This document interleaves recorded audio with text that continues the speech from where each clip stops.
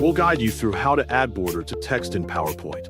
If you find this helpful, don't forget to like and subscribe. People search for this tutorial because they want to make their presentations look more attractive and professional.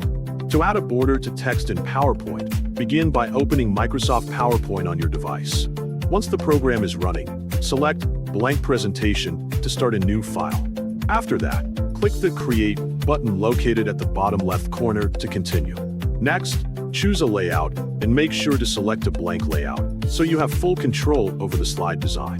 Then, go to the Insert tab, and in the next step, click on Text Box to insert a text area onto your slide. Click anywhere on the slide to place the text box and type any text you want. For example, how to add border to text in PowerPoint. After typing your text, go to the Home tab to customize its appearance. Click the drop-down arrow in the font section and choose any font style you prefer.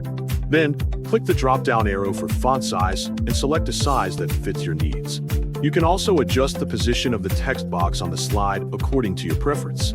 After positioning the text properly, go to the Shape Format tab and move your cursor to the Shape Outline option. Click the drop-down arrow under Shape Outline and choose any outline color you like. If your preferred color is not available in the theme colors or standard colors, you can select More Outline Colors to find additional options. Adjust the color settings until you get your desired color, including modifying the brightness. Then click OK to apply it. You can also choose the border weight based on your liking to make the outline thicker or thinner. In addition, you can select any sketch style that you like to give the border a creative look. You may also add dashes to enhance the style further. If you want the text and border to match, you can change the text color accordingly. Feel free to try other sketch style options if you want more variety. Finally, save your project by pressing Ctrl+S on Windows or Command+S on Mac. Rename your project for easier searching later, and click Save to finish.